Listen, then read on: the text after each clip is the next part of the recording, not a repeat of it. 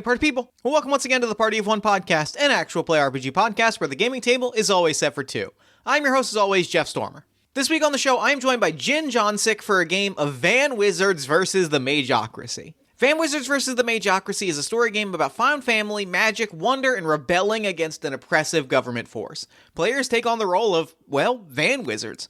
Wizards and Vans battling it out against the oppressive Mageocracy, bringing color back into an empty, hollow world. I love playing this game a whole lot. This game rules. It is joyful and absurd, and you get to beat up oppressive wizard fascists and drive around in a van, and I truly don't know what else you could possibly want in a role-playing game. You can find more information about Van Wizards vs. the Mageocracy at Jinx, that's JYNJYNX.itch.io, or check the show notes for more information. Now, before we dive in, a brief thank you to JP Robichaud, our newest backer on Patreon. Thank you for supporting the show and the games and all the other stuff that I work on. Patreon backers get access to early editions of Party of One, raw audio of Party of One recordings, extra bonus shows such as Party of None, and the early edition of Jeff Stormer Podcaster for Hire. You can find all of that and more at patreon.com/JeffStormer. But first, an ad, because they pay the bills. This probably won't surprise you, because this is a podcast about playing role-playing games, which is largely based on reading books. But I like to read books. You've probably seen Shadow and Bone on Netflix. Season 2 is streaming now, and these are the novels that inspired that series. The Grishaverse novels are set in a lavish fantasy world in which magic and science collide, first established in the Shadow and Bone trilogy and further expanded in the Six of Crows duology.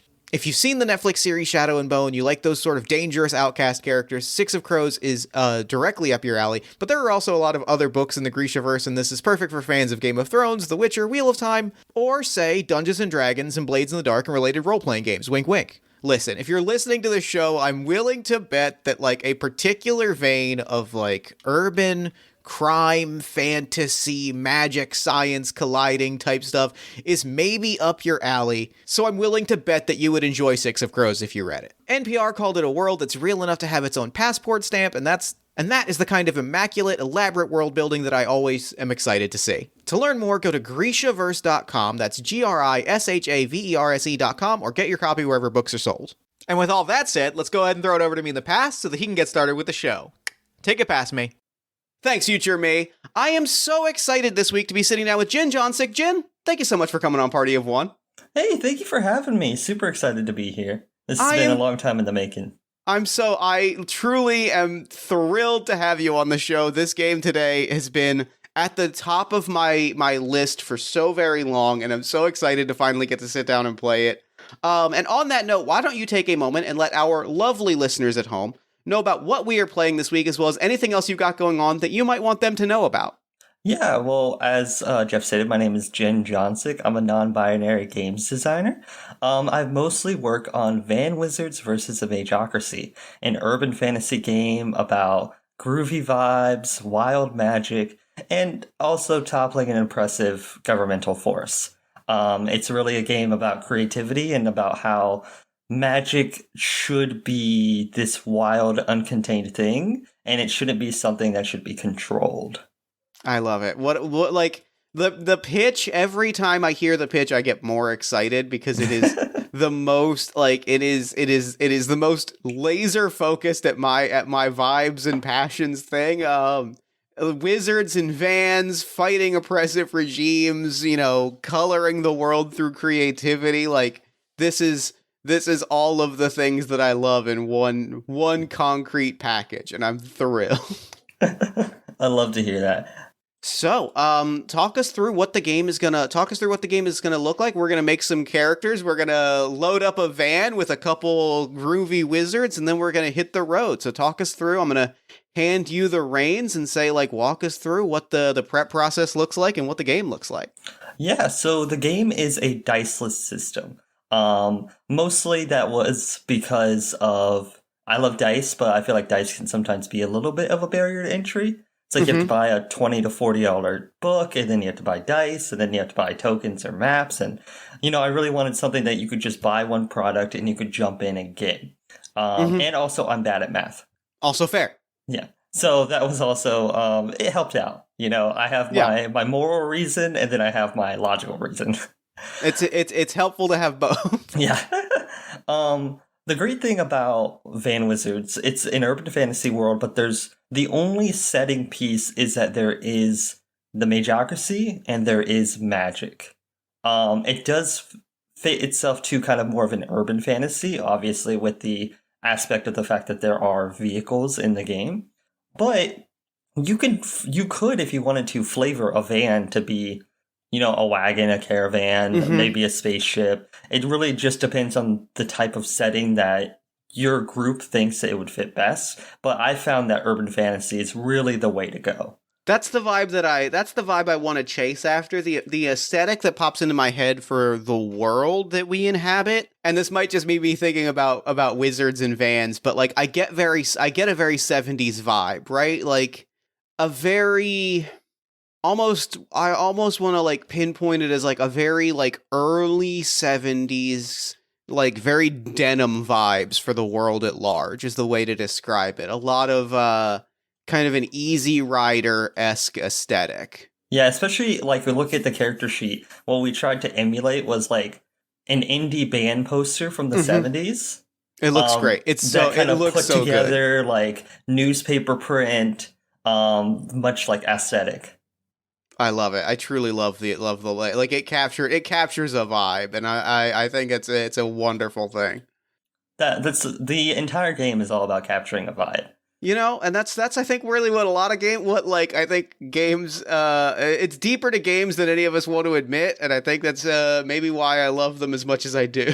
Yeah. If you do, I guess we can go into the character. Well, actually, let me go a little bit into the mechanics. Actually, yeah, let's talk through the mechanics. Are 4 skills. These are your 4 main skills. There is Magic of the Mind, which is kind of recalling information checks. You have Magic of the Heart, which is kind of your emotional, your empathic checks. Magic of the Form, which is all about the physical body and the form and kind of what that looks like.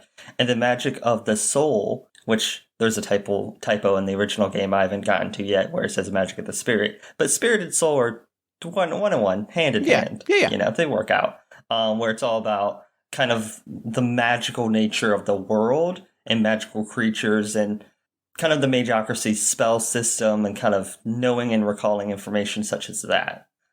Those are going to be your main usage, your main like points that you use. This system is based on 0 to 100. Which a D10 system would have actually worked for it, and we did play around with the D10 during the design process. But for me, the 0 to 100 kind of made sense, and it also reminded me of a car. Yeah. So in the beginning of character creation, you have 5 points that you can kind of disseminate between those 4 stats. And each point kind of relates to 1 would be 10%, 2, 20, 3, 30, 4, 40, 5, 50%. And so those are your main kind of key points. Anytime you do a skill check, you would use that 40%, 50%, and that'd be what's called your output. Now you can boost that output with what's called decals. Decals are, I think, the fun part of the game. They are basically a Mad Libs style system where you use I call words of power, where they're just really descriptive words that flavor your magic. There is no set way to there are set like examples for decals, but if you find something or figure something out that kind of more fits this type of magic that you want to do, then you can 100% use a different wording or a different phrasing to kind of use that. I love that. This is all making sense. My wizard is starting to take shape in my head, which is a good vibe.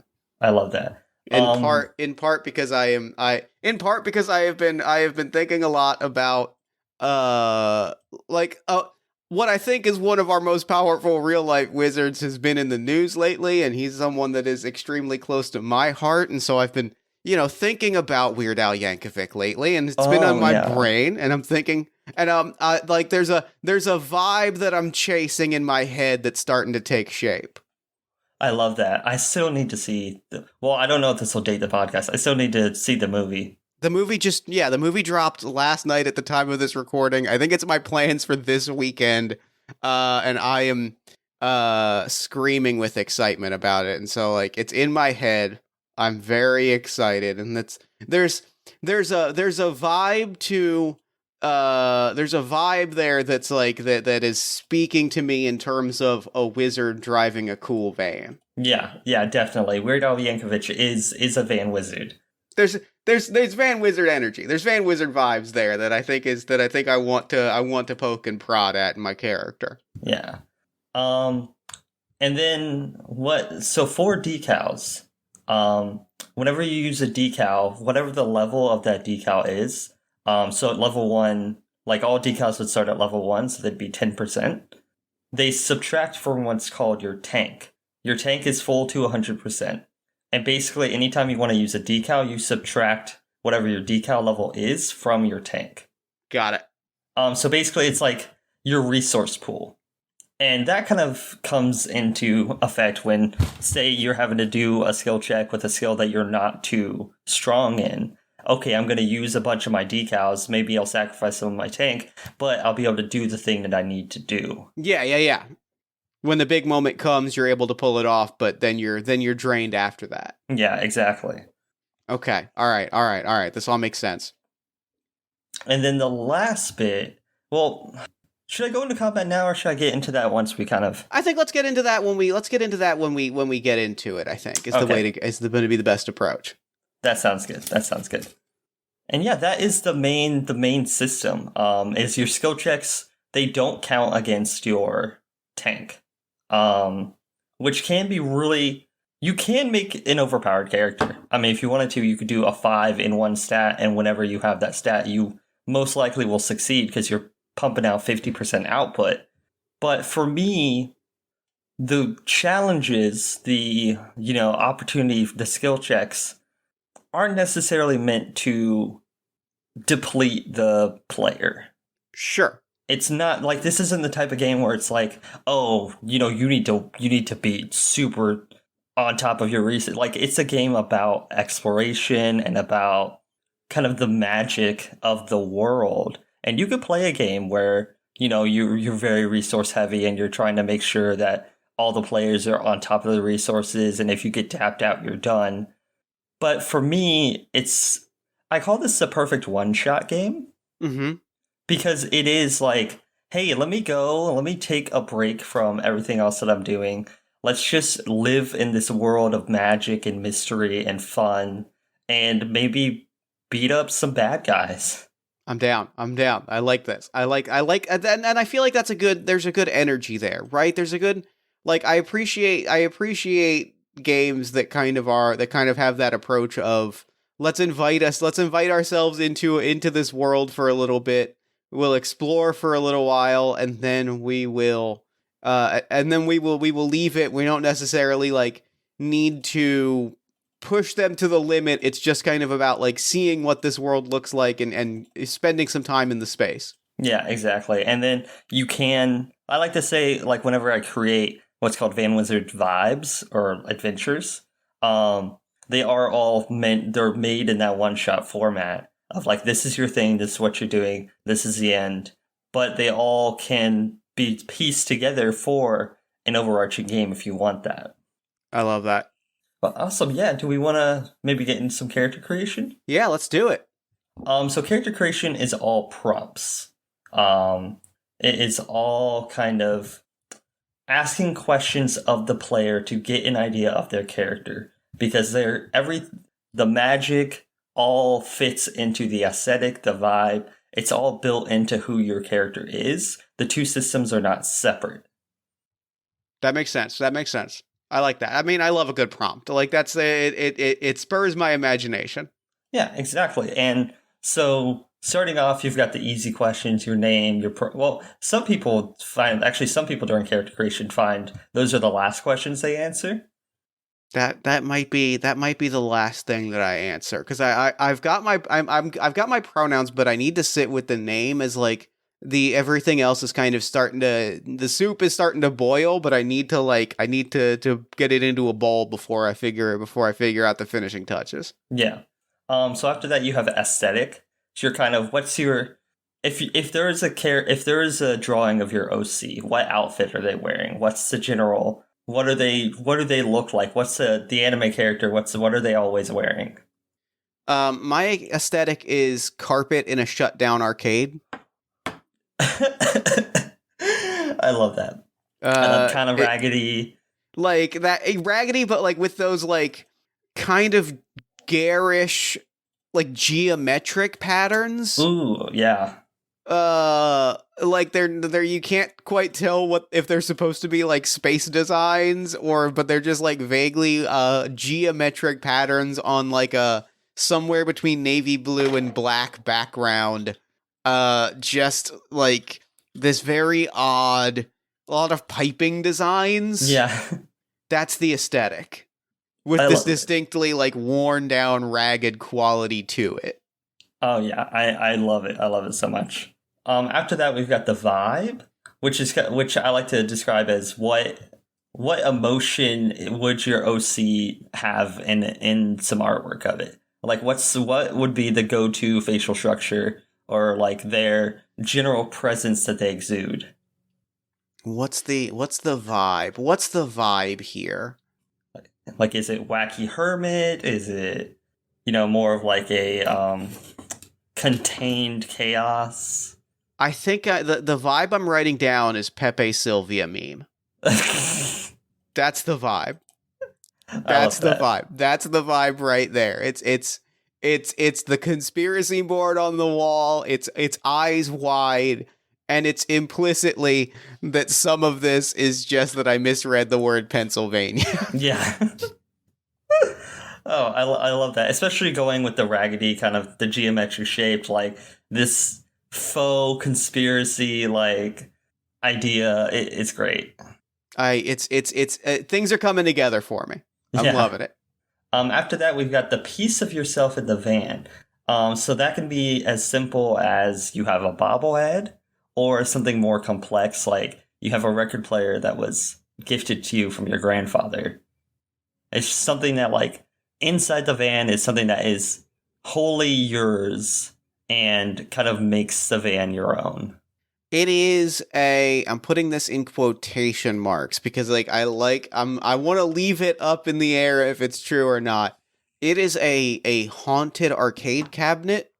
Ooh. In the back of the van that we have jammed and like impacted the van's rear visibility. Let's be clear about this. But there is like from floor to ceiling, it's probably a little bit crunched at the top and bottom. There is like an arcade cabinet, one of those arcade cabinets that was like the urban legend about Polybius of like this is haunted and a kid died playing this game and we have jammed this into the back of a van. I love that. Very much the like, if you get to this certain level, something happens. Yeah, if you get to this certain level, you see the date of your death. Yeah. Oh, that's perfect. And then something you've never seen before. What I like to say is that this is kind of a gift to the Vibes Master or the GM.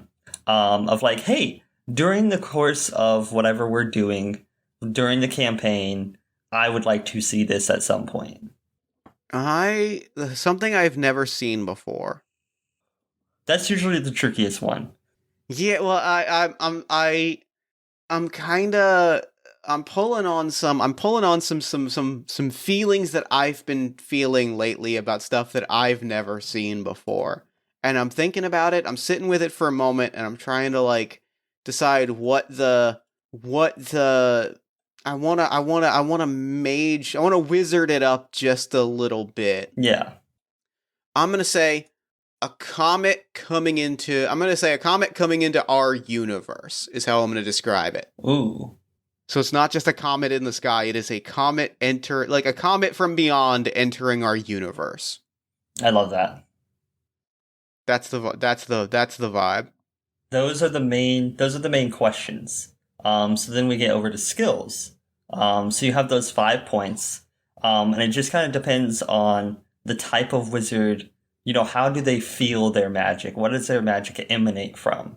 Are they like an empathic creature? Are they more connected to the magic of the world? Are they more of like physical, like it exudes like parts of their body? Are they more like a I think it's mental? I think it's 3 mind. I think it's 2 mind, 2 spirit, and 1 heart. I think their magic of the heart is 1. Their magic of the form is 0. I truly think they are just just an oddball in a funky outfit. Yeah. And their mind and spirit, their magic of the mind and magic of the spirit are both at 2. Okay, I love that. And then with that done, we get to decals. So there are 3 different types of decals. There are drive decals, which are how your magic affects the world, the way it shapes and interacts with it. I have some examples that I could read out. Yes, please. So there's animate, which is giving life and personality to the world around you. There's divination, which is understanding and seeing the world for what can be. Elemental, harnessing the power of weather and nature. Empathy, connecting to the hearts of those around you. Healing, which is refreshing the energy of those around you. Illusion magic, summoning magic, transformation, teleportation, and protection. You want to know what my favorite one is? Please. Animate. Because I love the idea of like making little objects, giving them like cartoonish, bulbish eye. Like very much this world is inspired by One Piece. Oh, sure. You know, I like to imagine dog cannon, or and like, yeah, this sword ate a devil fruit. Sure, whatever. Yeah, it happened. I think my first drive that I'm gonna write down, I'm gonna go fully off book and just come up because I've got a weird. Everything here is taking me to one specific drive that kind of feels absolutely sick to me. I'm writing it down as lore magic, but what I really mean is, and maybe I'll even write it down as this more specifically, is like urban legend magic. Like the Pepe Sylvia meme vibe, this vibe of like there is weird shit, like there are weird conspiracies and weird shit in the world. If my magic is like strangeness comes into existence, right? Yeah. If it is, I am such a sucker for willing things into existence, and I think like the vibe of like willing weirdness into the world is as its own form of magic is incredibly my shit, and that's incredibly the vibe. And I think it's very specifically like bringing specific. It's very specifically like, you know, willing into existence weird stuff. So if the idea is that, oh well, obviously like people from the future came and dropped these things off and that's why there are crystals buried under the earth, then my magic is making it so that there are crystals buried under the earth that point to the fact that maybe that actually came true. I can't quite say that for sure. Oh, I love that. I love that idea and everything, how it fits into the aesthetic and vibe of the character. Yeah, that's my first drive. And my second drive is, I'm going to write down magic of connection. Ooh. And I think it is specifically, it's not it's not an like safety tool tap, like it's not mind control. It's not a thing that I'm interested in. It's not a thing that I want to like have a character that uses, makes me uncomfortable, but like it is, there's an energy to this character that I think like the magic drive takes a certain form, which is you get like the magical ability to get people swept up in it, right? It is enthusiasm to a magical degree is how I think I would describe it. It's you can't help but hear, like, it's this vibe of like when I start going in a direction and I start like describing the weird geometric strangeness of the universe, you kind of can't like it's that specific energy of somebody sitting in a bar hearing me like using a salt shaker to be like, if we look at the world from this angle, you can see that like right turns just don't exist. There's really no reason why we should be able to turn to the right. And somebody in the bar, like someone in the bar is going to just be like, well, that doesn't, okay, hold on, I gotta look at this diagram. Hold on. Wait, why the fuck can we turn right? Yeah, it turns into a whole philosophical debate. Yeah. Bringing people into the strange conversation is what the magic of connection is. I love that. After that is murals, which are once we get more into the Mad Libs. This is how your magic looks, how your personality and force of will shapes how your magic is expressed. These showcase themselves in either a noun, a verb, or an adjective. Oh, I love this. I'm gonna do one of each. I'm gonna do a noun, a verb, and an adjective because that feels fun. Yeah. The noun is I'm reacting to the thing that popped into my head as that is the magic taking shape. The noun is platypus. That's the noun. I don't fully know why it's the noun, but that's the noun. I love that. The verb is rocket. Rocket, the verb, not the noun, is very compelling to me. And the adjective, I've said it a few times and I'm going to lean into it. The adjective is geometric. Ooh, yeah. That feels good. That feels right. That feels right. That feels good. And then after that we have frame. So frame is the way that your magic can affect a target. So kind of like a buff or debuff situation. I do have some examples. Mm-hmm. So there's burning, freezing, itching, all of the dwarves from Snow White. Sure. Yeah. Laughing, sneezing, crying. There's also like binding or sealing, hardening or reflecting, disorienting or stinky. Stinky's a good one. I like that one. Because it's just like, yeah, I'm gonna make you smell. I do like that one. I think I'm gonna take Stinky. I think Stinky is I like Stinky as a frame very specifically. The vibe I get, and we'll see it come up in play, and I might use it intentionally, but like I almost just get the vibe that like as I start to use magic, there's just a funky scent in the air. Yeah. Like there's just like you can tell when my magic is really going off. That's the sign that my magic is happening. And I think the other frame is I'm going to go in the exact I am going to go very specifically. I am going to take the exact opposite of one of the example frames and I am going to say oriented. Ooh. It's not that you're disoriented, it's that you are focused on something to such a profound degree, is what it is. And that ties back nicely to that magic of connection, right? Like, it's that sense that, like, I am showing you something that is becoming your entire world. It's that vibe of, like, oh fuck, wait, this is all starting to make sense, like, what is happening here? Hyperfixation. Yeah. I love this. I love this a lot. I love this wizard. Their name, they, them pronouns, and their name is Hexagon. Ooh, yeah. Hexagon is their name. Sounds like a luchador. It does sound like a luchador. Oh, there's, this. Pentagon Jr. and yeah. I love this. I love this a whole lot. Yeah, their name is Hexagon. Their vibe, their name is Hexagon. They, them pronouns. Their aesthetic is carpet in a shutdown arcade. Their vibe is a Pepe Sylvia meme.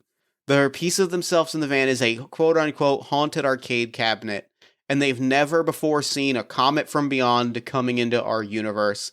They practice lore magic and the magic of connection.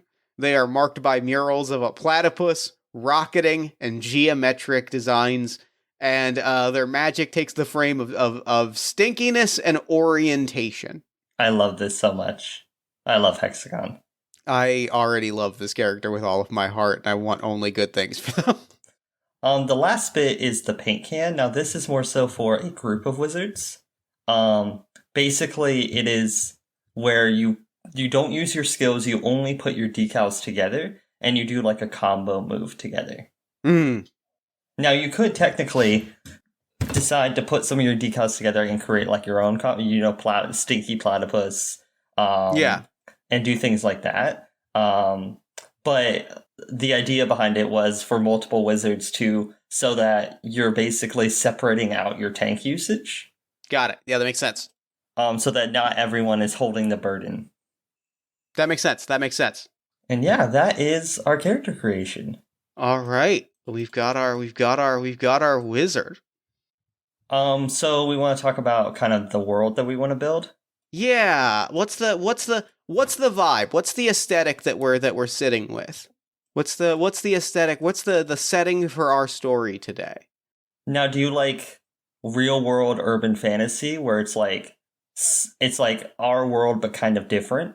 I think that's the vibe I'm most interested in. I think it's the most Van Wizards vibe is like our world where magic is also happening and there's also a wizard, an oppressive wizard government. Which, it kind of fits within the vibe and aesthetic of what we live in anyway. So. Yeah. I think that's the vibe that I'm interested in. That's the kind of the energy that I want to chase. I think that's the world that Hexagon inhabits. Yeah, definitely. I love that.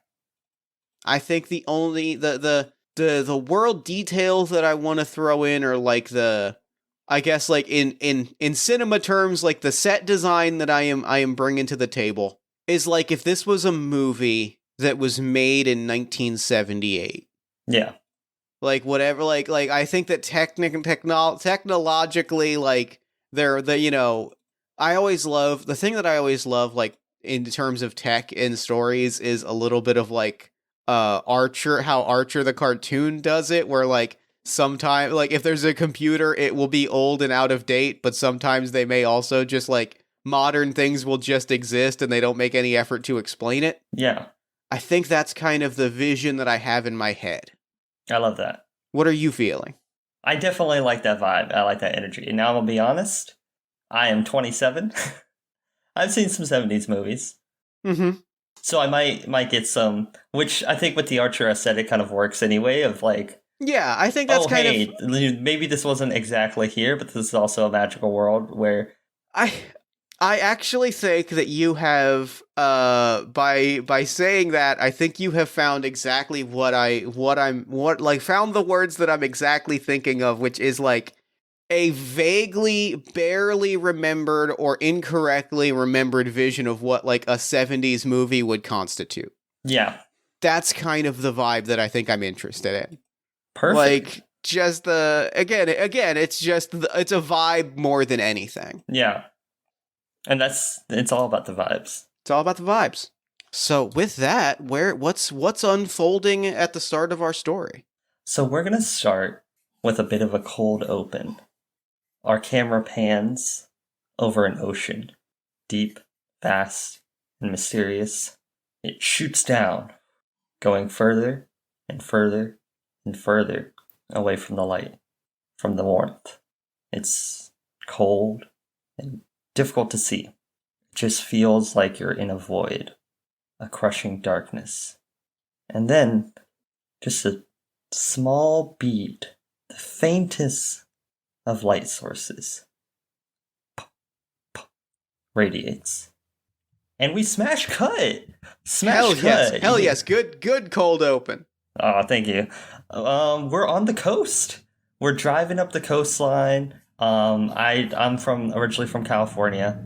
So I'm imagining, you can see the waves, you can see the ocean, the sun is bright in the sky. And I have a few questions for you. All right. I always love to start off with an introduction to the wizards. Kind of what's going on, what's happening. Sometimes I like to start. This question is a little bit hard because it puts you on the spot. What song is playing as you drive down the coast? What song is playing as I drive down the coast? It is a hard question. I have to sit with it. I've got to pop open my Spotify for a second to decide exactly what the vibe is. But I know the artist, and I've got to sit with the vibe. I think it's Devo's Uncontrollable Urge. Ooh. Is what is playing as the van is like clipping and driving like half erratically down the road. Like it's not driving like seamlessly, and it does not look like a van that could, even in the hands of a skilled driver, drive especially seamlessly. But I think Devo's Uncontrollable Urge is playing on the speakers as it kind of like crashes around. Awesome. I love that. The other question, where are you running from? Where am I running from? I am running from a let's get into the name of the game immediately. There is a wizardly research facility that I just like blew open the door from and set free in a radical act some like magical homunculi. Ooh. I blew open the door to this research lab, and magical homunculi just kind of like crawled out as all of their binding circles had been opened, and they all scattered, and I am racing away from that little tiny like research lab Awesome. on the outskirts of like a college campus. How do you cover your tracks? Here I am going to, I think, lean into my magic a little bit. Yeah. I'd say a good 30% output. Okay. Yeah, Nothing too difficult, but that feels good. That feels like exactly what I would want, because I'm going to tap my magic of the mind and mix in my lore magic. And I think that it is, to put it bluntly, magical disinformation is how I cover my tracks. It is a flood of strange 70s-ish weekly world news style conspiracy theories just flood the area that people just believe, that people just start spouting, so that anybody that tries to like ask where I went, they're like, oh, the person that freed the homunculus? Well, that was the Slender Man. The Slender Man came, and if you look at the Slender Man, there you can't see the Slender Man. So like, obviously, I can't tell you where the Slender Man went because I wasn't looking directly at the Slender Man. I love that. Using cryptids to block your path. It's all like, did you hear that did you not see the flying saucer that ripped open the door? It was right out in the open. They had an alliance with the reverse vampires. Not the reverse vampires. The reverse vampires. So that bumps me. That means I use one. So does that bump me down to 90% or 75%? 90%. Got it. So I'm at 90% tank. Pretty good. And pretty manageable. Yeah, and this college town that I am fleeing from is just flooded with strange things, all with exactly enough proof that you can't really directly say like that any of them aren't true. Yeah, I imagine Schola Magica is kind of the first university of magic. I imagine this is like an off branch of that main campus, where they perform experiments. One thing that the Mageocracy does is that one of their goals is that they try to bleach magic. So they take magic, they contain it, and then they try to bleach it and control it. And sometimes their experiments go awry, and they cause like damage to the world around them.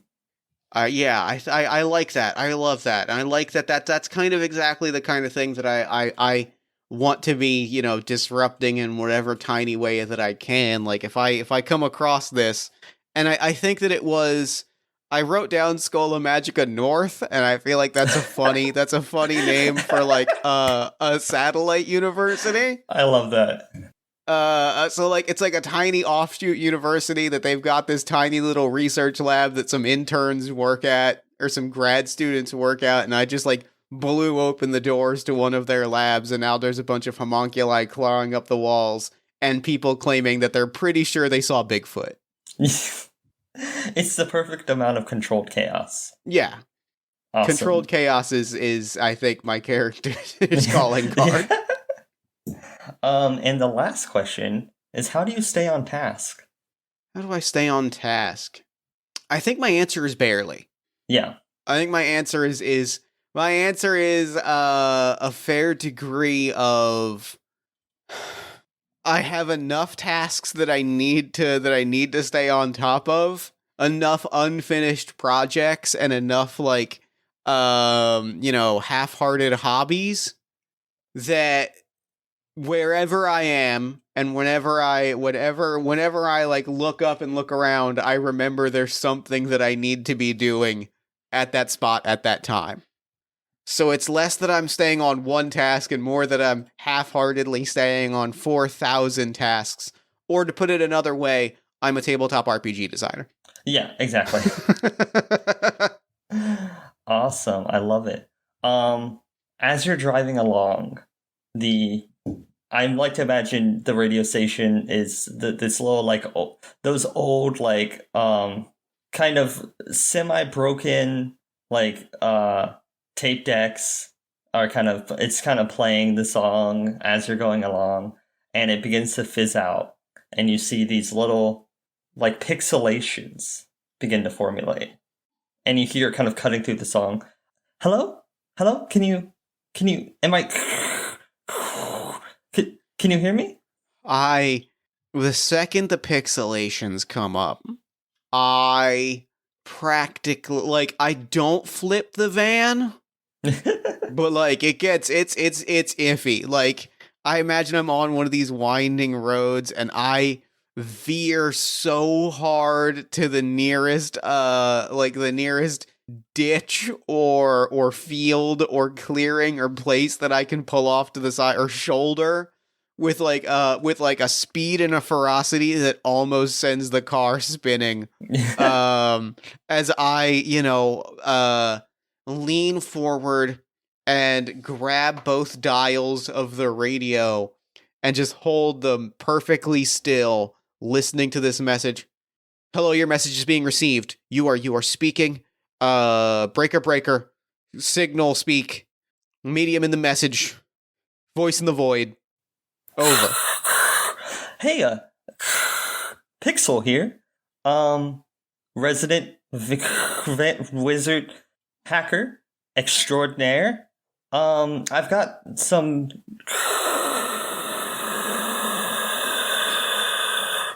I'm scrambling with dials to try and make it as clear as possible. I am, Hexagon grabs like two separate coat hangers and is leaning out of the window, and they are like knotting the coat hangers to their radio antennas, which are already like two coat hangers long. Like they're like they almost look like if you look at the front of the van like a face, you've got these two radio antennas that are just giant eyebrows that like thread halfway back across the van, and it's just adding more to them. Pixel, come in. Don't stay with me, Pixel. Pixel. Okay. I think we're good now. Okay. Hi. Okay. I've got some information, some intel, if you will, about the Mageocracy, and you're the closest Van Wizard I could find. I'm where I need to be at all times, in all ways. That's what we love. At the beach, there is some experiment going on. They're trying to find a magical artifact. We want that to get out of their hands. So you're saying you need some controlled chaos? Oh, always.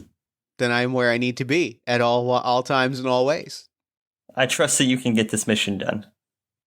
And I think this. I think that like Pixel doesn't even get a reply as it's just as the van is now just hurtling towards the beach.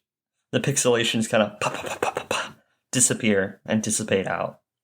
As you head towards the beach, you do see a little shack. It's kind of covered in dust and sand, and it looks kind of run down and shoddy. And from that distance, you could see far off what looks to be a collection of computers and big, like, tubing that's going into the ocean. I'm looking specifically for, like, I'm going to park my van, but I'm looking to park it in, like, the parking lot of, like, a drive-in cafe or something, or, like, a burger shack, like, somewhere where the van is just going to look like a car parked among the other cars. Yeah, I mean, it's gonna look out of place, but but I think that Hexagon thinks this is the best way to describe this obviously wizardly van. There is, there's, like, one of those food trucks that always parks itself on the beach because all the beachgoers go to it, so it's completely, like, packed. I park behind the food truck. But like the decor of the van, like as I get out of it and start to like sneak away, the decor of the van definitely signals to people. Like people definitely are like poking around the outside of the van being like, is this a food truck? You get some I mean, people with they taking Polaroids. It looks like a food truck. Like, help them knocking on the window. Hello?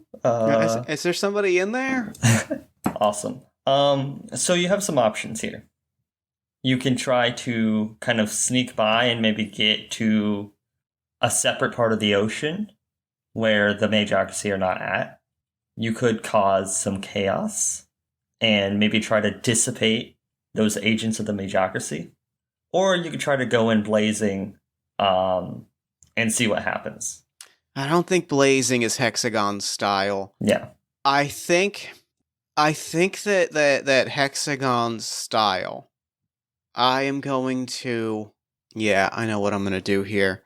I think Hexagon sees people poking around the van. They're watching people. They're doing the kind of like sneaky run that someone that does not actually know how to sneak does. It's that sort of like a lot of like spins for no reason. Like yeah. But they're kind of like popping around. They peer up over a water fountain and they see the people poking around their van and they sit with it for a minute. And we see I'm gonna use some magic to orient these people. Ooh. To plant a question in all of their minds is how I think it works.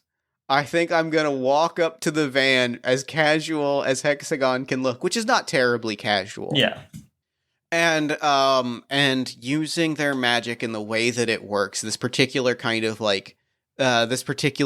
orientation magic asks like puts a question out into the world that is like strange, that is that kind of strange that it sort of buries itself in your brain a little bit. Do you think those tubes are looking for the Loch Ness Monster? Do you think that they have to look from the ocean because if they go to Loch Ness, the monster would see them? And the goal is to get people to be like, what is going on with those tubes? Wait a second, what's going on with those tubes? Nessie? Well, I thought that was that Scotland? Why are they doing it in California? Well, obviously because they have to sneak up on Nessie. And then you have some people who are like, oh my god, that's so smart. What? Do you want to go see? Yeah, let's go check it out.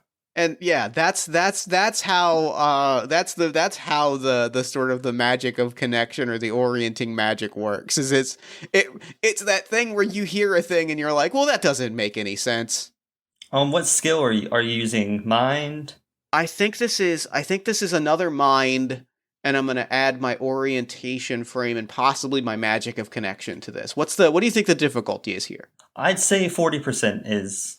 Then I think that feels good. That feels like I'm going to add both of those, which will bump me down to about 70% tank. But that feels like a good opportunity to use that because I'm bringing in my magic of connection and orienting people to make a crowd around this like research site so that the agents of the Mageocracy has to sort of disperse this crowd so that I have an opportunity to kind of like sneak by as undetected as I can. You see a bunch of they're white cloaked, but they're designed. They have that kind of like, you know, where the button is like to the left, or it's like a single button, and it's like almost like a sideways triangle. Yeah. Yeah, like those types of like outfits and designs, and they're like, "What is going on? Oh, no, you can't be here. You go." As they start people yelling distracted. questions at them, like if you find Nessie, can you tell them hey? It's like, Nessie, what? Oh my god, these Californians! Leave Nessie alone. Picket signs start getting made. And as they're dealing with these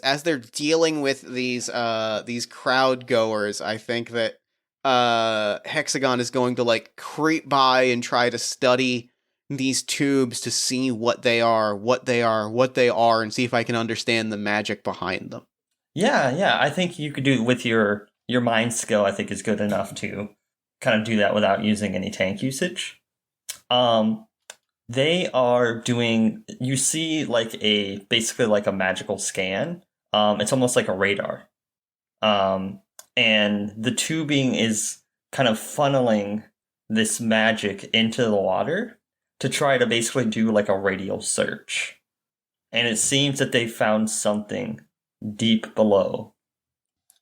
And it's radiating a powerful magical energy. Oh, I love a good, powerful magical energy. I think that Hexagon, I think Hexagon is going to. I will throw this to you if you think this falls more under. I think this falls under mind or spirit, but I think we're getting some astral projection action going. I'd say definitely spirit, yeah. Yeah, because the thing that I'm pulling, I'm gonna pull in a mural here.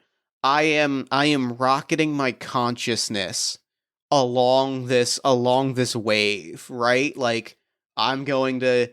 I think what it looks like from a physical standpoint is they just kind of like cross their legs, lean back, put their elbows into the sand a little bit. So they kind of just look like they're like washing out on the beach, right? They kind of just look like they're just a rando napping on the beach in their scruffy geometric patterned shirt, like cargo like black cargo shorts.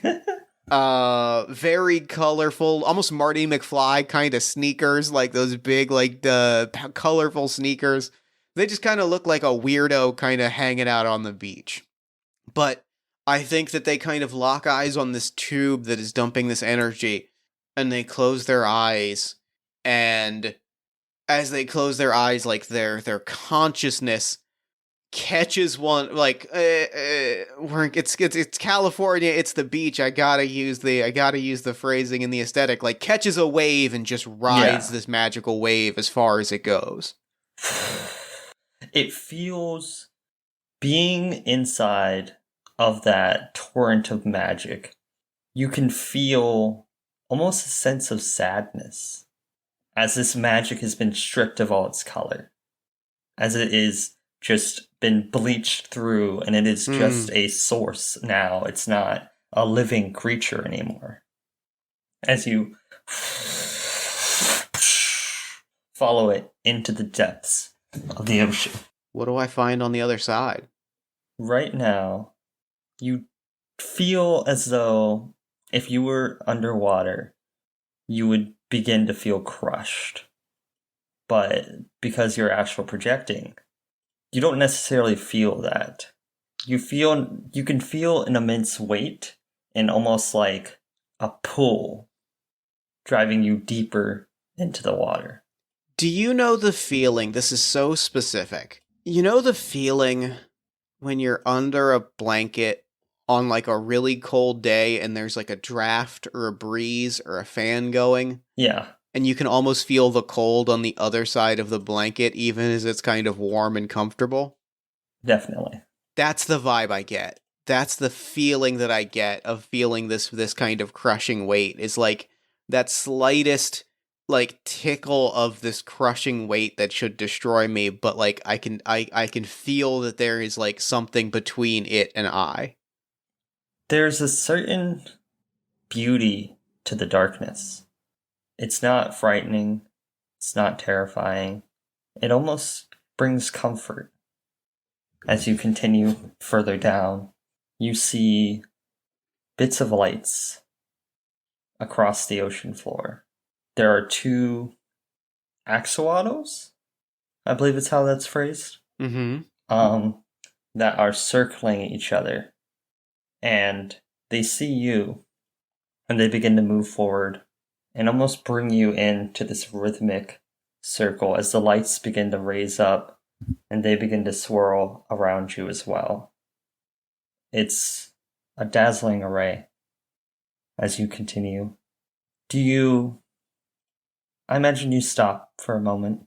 I do. I think that I want to, as they are dancing, even though I am in my consciousness and I am following the flow of this magic, I think that I reach out to connect with these axolotls maybe like guide me towards whatever is at the bottom, right? Like they know what is down here, and I want to see if I can form a connection with them to see if I can get them to guide me down towards the bottom where whatever is here, maybe whatever even is here that the Mageocracy hasn't found yet. You know, like there's nothing quite like asking the locals what's been going on. Yeah. You hear this, you don't hear anything, not vocally, but you get feelings of sadness, of almost pain, like a deep, profound sadness radiating from these creatures as they look over to you and they begin to slowly guide you deeper. As you continue, you do notice coming up from behind 2 individuals. They're in almost like hefty big scuba gear. Mm-hmm. Almost astronaut looking. Those old school diver suits with the big air tubes and the plate on the face. Yeah, definitely. Here's the important question. You are astral projecting. I imagine that there is still some visibility. Probably, yeah. At least probably to somebody that is attuned to magic. Yeah. You see as they have like little, almost like Pit Boys from Fallout. Mm-hmm. On their wrists, they're kind of pressing buttons, and you hear a Van Wizard, get him. And we will jump into what combat looks like. Let's do it. Awesome. So in combat, you could basically use any skill to do what's called an attack check. That is versus the enemy's defense skill. And so basically it turns into a not a battle, but more so like whatever the difference is the damage, quote unquote. Mm-hmm. Got it. The wizards always go first. Van Wizards always go first. Van Wizards are always prepared. They're always ready to fight the Mageocracy. Now, the Mageocracy do not have tanks because their magic is bleached and controlled. And so when they make checks, they could just do the same thing over and over and over again. Mm-hmm. While Van Wizards, you have more of a resource pool to play with. So these are, and you can tell from their looks, these are 2 mage first classes, which are kind of, if you're thinking about the tier of members of the Mageocracy, this is like tier 2. Got it. They are kind of a distance away, but they're in the same area that you are in. So there's no magic can travel any distance as long as it's within the same area. Kind of like a video game level. Mm-hmm. And you have what's called heart containers. So they're divided into fourths. Just because that was the best way I could think of to utilize it. So basically any damage that you take after your defense check would go to one of your heart containers. If that makes sense. That does. Yeah, that makes sense. I think my attack on one of these first class Mageocracy wizards is going to be, my form kind of stands perfectly still with like a smile, and I'm gonna combine some things. Ooh, yeah. I'm gonna combine my lore magic, my mural of a platypus. Oh yeah. Do we think what would conjuring a thing look like? What do you think that falls under? I'd say, well, so the nice thing about attack magic is that since you can use any skill, it's how you could express that. So you could mentally, or you could like conjure like the idea of a thing. I think I'm conjuring. I like that. I'm conjuring the idea of a thing, like from the aether, right? I think this is magic of the spirit. Like from the aether, I am pulling and probably like I think down here how this manifests is like the wizards themselves hear some of the protest chants from above, and they have gotten very organized very, very quickly. Good for them.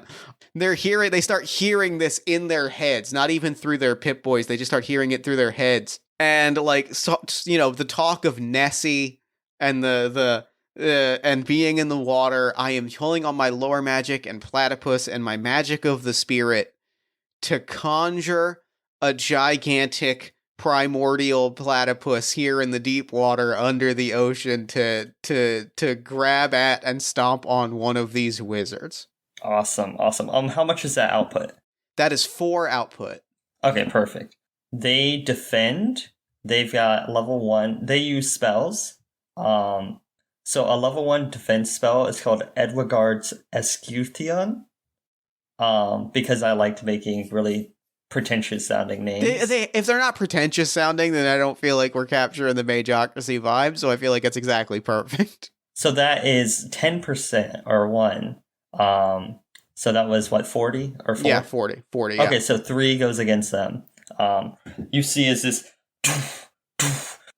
almost like stomping and kind of like slapping around this member of the Mageocracy. Probably using its flat tail to kind of slam it down further into the deep. He is taken out. The second one is going to attack with a level 1 Montgomery's Magical Munition. It's very good. Which is going to be a 10%. As you see his wand begin to glow with kind of a white light, and then it shoots out kind of a streak of light at you. And so you would use a defense skill check against that. 10%. I am going to use magic of the. I'm going to use magic of the mind, and I think the way Hexagon's magic manifests. Their magic manifests in this wizard's mind. Not necessarily to like full on stop them from casting it, but I think like that way of like, conspiracy questions, a question pops in their head of like, is this a good idea? I just saw what they did to my friend. And like, whether or not they think it's a bad idea, whether or not it bleeds into their idea, I am pulling on my magic of the mind to just deflect that ever so slightly. So that it veers off to the side. Yeah. That moment of doubt. It's all it takes. So now you've got one individual left. And I am going to... that magical blast is veering off to the side. And, like, I imagine it forms this kind of, like, hollow, bleached out, like, blank, like, blast of light, right? Like, it's a laser beam that flies and kind of... We see it curve, and it's not supposed to do that. It's supposed to be a straight line, but it curves. And I think with a grin, I kind of... we see it flush with color, right? Flush with these greens, these neon colors very specifically in this sort of like Led Zeppelin laser light show kind of way. Yeah. And tapping into my spirit of magic, or my magic of the spirit, plus my mural of geometric and my mural of rocketing and geometric. Ooh. It kind of becomes a Windows screensaver. As it like bounces around in a bunch of different directions, and then I throw it back at this wizard. Oh my god, I love it. And so that is 4. That is another 4. He's going to defend with 1. So that 3 is going to... That laser show, that magic is going to get directly into all of his senses and his like body. And it almost looks like... It's not an explosion, but his body is tremoring as if having been rocketed by something internal. Mm-hmm. That kind of... And then begins floating, taken out from the combat. That's great. That's fantastic. But they know that I'm here, and that's not great. I've got to figure out what is down here as quickly as possible. You see that the axolotls are a little bit frightened. You can feel their fear for a second. Tapping on my heart, my magic of the heart, tapping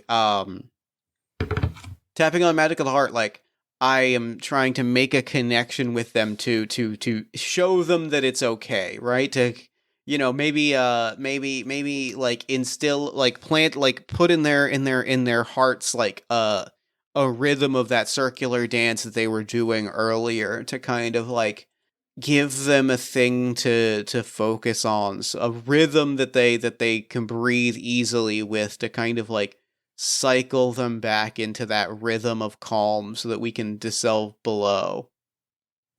What is your heart magic? My heart magic is 1. I'd say it's about 30 more percent. Okay, 30 more percent. I am going to add to this. I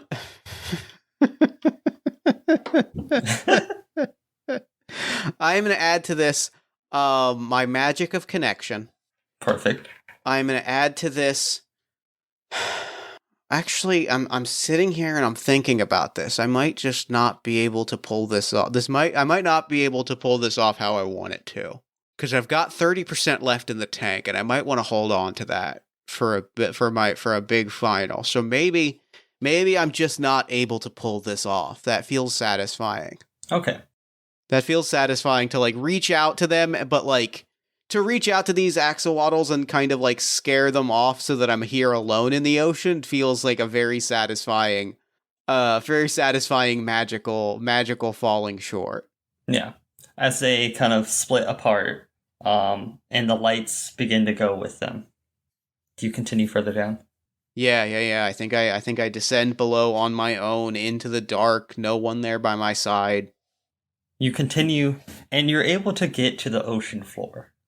And you can feel the pulsating of this magic kind of radiating out. Mm-hmm. And it looks like it's coming from I use this word all the time, dilapidated house that's sunk into the bottom of this ocean. It looks like it was torn apart in some sort of natural disaster. Do you continue towards it? I think I have to. If there's a house at the bottom of the ocean, that feels like I've read a lot of zines about the house at the bottom of the ocean conspiracy. It's gonna be pretty big news at Conspiracy Wizard Con to have proof. There is actually a convention called VanFest that happens once a year. VanFest is very good. Kind of like Woodstock, It's like concerts and food and magical showcases. Oh no. Hexagon is the person at the festival with like a booth at the very corner, that like a tent at the very corner that was not allowed that was not formally like allowed to set up, but has set up a tent anyway. That's just like, hey, you know that there's a parallel universe exactly next to ours where everyone's wearing cowboy hats, and like photos of like badly taped cowboy hats on top of people's photos. It's like, you just gotta understand, man. Oh, I love it. As you head into the home, you see a couch still intact. You see some nightstands and some bookcases that there's no books on it anymore. A kitchen area that's been completely destroyed and mangled. And you feel the magic radiating from one of the dresser drawers. Then I'm gonna go and open that dresser drawer. You see a glowing stoppered bottle. I'm gonna take it out, and I think the thing that's notable is like there's not a moment of hesitation, right? Like, yeah. I think for as much as I have laughed at Hexagon's conspiratorial like tendencies, I think that it is also like such a deep-seated enthusiasm that like if something is weird, it's like jumping on a grenade, right? It's the glowing stopper bottle. We're popping that sucker open right away. As you touch it, even in your astral form, you get a flash. You see the home, and you see it next to a lighthouse. And there's a sailor who's untying his boat and going out to fish for the day. And there is a storm. And you've seen storms like this before. This is a failing of the Mageocracy in action. An experiment gone awry, which has caused this magical vortex. And you see as the sailor is getting rocketed by the waves, and thrown out of the boat and begins to sink. And then a hand picks them up, and they awake back on the shore. And they go to the edge of their dock, and there is a man in the water with amphibian-like features. And every day, the sailor goes to the edge of the dock and meets with this man, and they talk. And one day, terrible, terrible storm, another giant vortex, this one more massive than before, tears apart his home and sends it flying into the ocean. The man is flung as well. And as you open the bottle, you see that there's a poem. You own the moments, the pauses between breaths when your hand brushes mine, the faint smirk I just can't hide. You own the seconds before I close my eyes, the cold ghost of my bedside. You own every second, every tiny infinity, the author of my reckoning, my beautiful inevitability. You are my hands, the callousness of these sailors' palms, the knots that tie me to the mast, and the waves that crash along. You are my gritted teeth, the icy breath that cuts deep, the cold, dark, lonely, my one and only treasure. This poem, it's what's emanating this powerful magic, the love between these two. I know what I gotta do. I snap out of my astral projection. I'm on the beach. I'm covered in sand. I'm a little sunburnt. I'm rubbing my hair like, right. Work. And I'm going to roll over to these tubes, and I am going to hijack this Mageocracy machine. I'd say you have 30% left? I have 30% left. I'd say whatever skill you use, you'll have to use the rest of your tank. Okay, that feels good. I'm okay with this. Because I'm gonna use my magic of the spirit to send this energy, to send a different kind of energy, and similar to how I rewired that energy blast earlier, infuse this with magic. Ooh. Not their magic, but a wild kind of magic. Yeah. And hearing that poem echoing in the back of my mind, pulling on my magic of connection, pulling on an orientation, like a hyper focus, and pulling on the lore that there is an amphibious creature out there holding on to the love of this sailor who, let's be honest, is probably not still out there, or maybe is buried at the bottom of the ocean far away from the person that they love. I'm going to pull on all of those things, and I'm going to blast my memories of the location of that house. And instead of like sending energy out to feed a radar, I am inverting it to try and just broadcast out the location of that house, not to the wizards or the Mageocracy, but to the inhabitants of the ocean, as well as the words of that poem, so that somewhere in the deep, an amphibious creature can find the sailor that it loved, and find the house, and find some degree of peace. So throughout the water, that poem and that poem and those visuals and that love is echoing out and breathing down to try and radiate down, to try and help someone find the person that they love that was lost in a storm. As light emanates from the tubing, geometric shapes kind of surrounding it, you feel a connection. You know your message got out. And I think like very serious, twisting dials, geometric shapes swirling. I think the second I feel the message gets out, my shoulders sink, hands kind of go into my cargo short pockets. I slouch down a little bit. I turn to the crowd. I turn to the crowd. I see the Mageocracy wizards kind of like arguing with the crowd. I throw a shrug. Man, they'll work out what they work out. The rest of this will work its way out. And I kind of walk up to the van, and before I leave, I do kind of briefly peek over. What do they got? Tacos? Hot dogs? What's going on here? A little bit of both. They have a fusion. Oh, good. I love a good fusion's where magic happens. And so I think that our closing shot is Hexagon eating a fusion taco hot dog, haphazardly driving a van. And the closing visual is we see the front of the van. If we see it from the driver's side windshield of the van, Hexagon's eating the hot dog, driving the van with one hand. It's driving like a boat, so it's swerving a little bit. And over their shoulder from an arcade machine, we see like a grudge ghost briefly crawl out of the screen and then retreat back inside. I love that. And that is game. Woof. Wonderful experience. I had the best time. Thank you so much for this. Of course. No, I almost cried a little bit. I love it. Yeah, I've read that poem multiple times, and every time it still gets me. I hate it. It's beautiful. It's beautiful. It's wonderful. This is tremendous. Thank you so much for this. Of course. Thank you for playing, and thank you for being such an amazing player. Oh, I love it. It's truly my favorite thing. So, real quick, before we wrap up, where can people find you, your work, and Van Wizards versus the Mageocracy online? Yeah, you can find me at Jin Johnsick, Jin, Jyn, like the Star Wars character.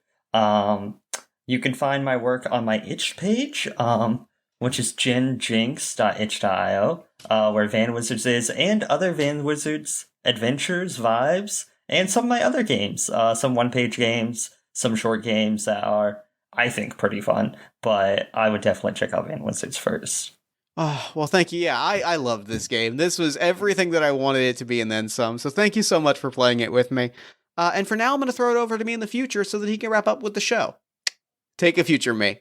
Thanks, Past Me. And thanks again to Jin for coming onto the show. That game was it put the biggest possible smile on my face. I loved every minute of it. I loved the goofy wizard that we came up with and playing through that adventure and getting to experience this really beautiful paranormal love story it was such an absolute treasure. Be sure to pick up your own copy of Van Wizards vs. the Mageocracy at JinJinx, that's JYNJYNX.itch.io, and be sure to follow Jin on Twitter at JinJohnsick.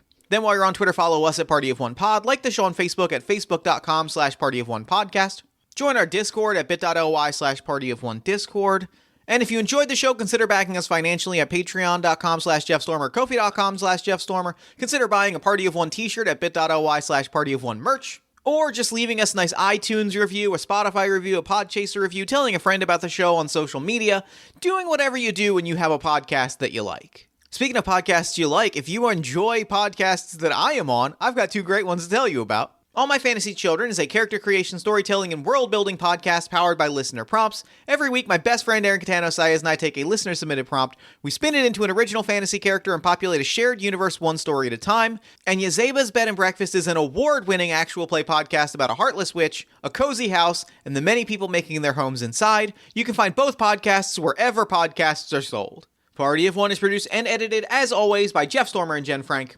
Music for this episode comes from the song You and Me Forever by Musical Files, and as always, Infinite Lives by Megaran featuring the D&D Sluggers, and the Party of One logo, as always, is by Evan Rowland. If you'd like to inquire about advertising rates, coming on the show as a guest, or about press coverage of the show, email me at partyofonepodcast@gmail.com. And unless I am mistaken, that is all we do here. So until next time, thank you so much for listening. Remember to fight the forces of fascism every single day. Remember that self-love and self-care are radical and defiant acts of resistance. And as always, party on, everybody.